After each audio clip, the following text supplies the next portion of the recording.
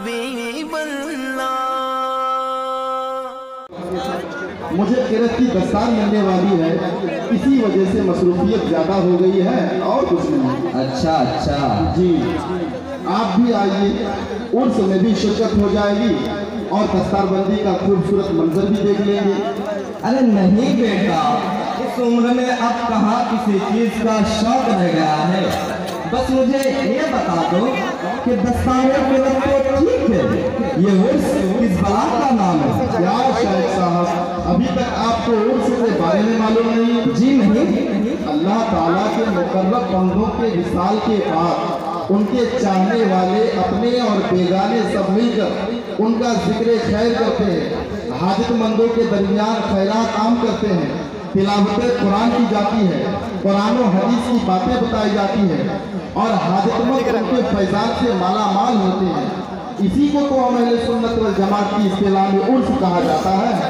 استغفر اللہ استغفر اللہ، یہ تو کھلی بدعت و گمراہی ہے، اس سے اللہ کی پناہ۔ ارے کیا شیخ صاحب، یہ تو ہمارے مستحسن ہے، بھلا آپ اس کو گمراہی کیوں نہ کہہ سکتے ہیں؟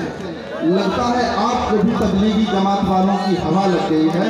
نہیں بیٹا، ہوا پانی کچھ نہیں، جو غلط ہے وہ غلط ہے، اس میں دیوبندی اور سننے والی کیا بات ہے؟ اچھا تم ہی بتاؤ، کیا اس طرح آن بان سے عرس منانا قرآن و حدیث سے ثابت ہے؟ کیا نبی کریم صلی اللہ علیہ وسلم نے اپنی 63 سالہ مکی و مدنی زندگی میں کبھی ایسا کام کیا؟ نہیں نا، اور تم تو جانتے ہو کہ دین میں کسی ایسی چیز کی ایجاد کرنا جس کی اصل قرآن و حدیث میں موجود نہ ہو وہ بدعت ہے۔ اور آپ صلی اللہ علیہ وسلم کا ارشاد پاک ہے، إِيَّاكُمْ وَمُحْدَثَاتِ الْأُمُورِ فَإِنَّ كُلَّ مُحْدَثَةٍ بِدْعَةٌ وَكُلَّ بِدْعَةٍ ضَلَالَةٌ، یعنی اپنے آپ کو نئی چیزوں سے بچاؤ، کیونکہ ہر نئی چیز بدعت ہے اور ہر بدعت گمراہی ہے۔ اس لیے بیٹا میری بات مانو اور یہ سب عرس وغیرہ کے چکر سے نکلو، چلو میرے ساتھ چلا کرنے کے لیے، آخرت بھی سنور جائے گی، جیب بھی گرم ہو جائے گی۔ شیخ صاحب واہ، اب تک تو صرف آپ کے بارے میں سنا تھا، لیکن آج یقین ہو گیا کہ آپ پر وہابیت کا رنگ ہی نہیں بلکہ آپ تو سڑے وہابی بن گئے ہیں۔ اپنی زبان کو لگام دو، تمہارے عقیدے کے مخالف دو چار حدیث کی باتیں کیا بول دیا، تم کو مجھ پر ہی فتویٰ تھوکنے لگی۔ آج آپ لوگوں کا معاملہ سمجھ آیا کہ آپ لوگ تو میٹھا میٹھا حق اور کروا کروا پھوٹو والے ہیں۔ میں تمہیں چلا اور میں تھوڑی دیر اور رکا تو ہاتھا پائی کی نوبت آ جائے گی۔ رکیے شیخ صاحب، 2 منٹ اور رک جائیے، انشاءاللہ العزیز ایسی نوبت نہیں آئے گی۔ ہم لڑنے والے نہیں بلکہ محبت والے ہیں اور محبت سے باتیں کرتے ہیں۔ بس میرے 1-2 سوالوں کے جواب دیتے جائیے۔ جی ہاں پوچھیے۔ آپ لوگ بدعت کرتے رہتے ہیں، کیا آپ کو بدعت کے بارے میں کچھ معلومات بھی ہے؟ جی کر لو بات، یہ بھی کوئی پوچھنے والی بات ہے؟ پچھلے کئی سالوں سے میں اسی پر تحقیق کر رہا ہوں، اور تبلیغی جماعت میں میرا پہلا عنوان یہی رہتا ہے، بدعت بدعت کرتے کرتے مجھے تو ہر چیز میں بدعت نظر آنے لگی، اور آپ پوچھ رہے ہیں کہ مجھے بدعت کے بارے میں کچھ معلوم ہے، اور اس میں معلوم کرنے والی بات ہی کیا ہے؟ ہر بدعت گمراہی ہے، اور بس۔ شیخ صاحب سچ کہوں تو آپ کو بدعت کے بارے میں سرے منہ بھی جانکاری نہیں ہے۔